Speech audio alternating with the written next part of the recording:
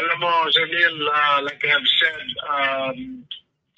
pagka na-proclaim po tayo, nakapag-ano po tayo on the Congress or sa 20th Congress, ako na po mismo lalapit isa-isa doon po sa opposition, kila Senator Bongo, Senator Bato, yung grupo niya, tapos yung grupo naman ni Senator Bam, Senator Kiko, and Senator Riza. Po yan, kakausapin ko, lalapitan ko po, I would say like, how can I help? How can I be of service? How can I work with you guys? Kasi we really have to work together. Kasi purpose lang naman natin is moving forward, that everybody in this nation will move forward. Wala naman sigurong politiko na ayaw nito na tayo ay umusad.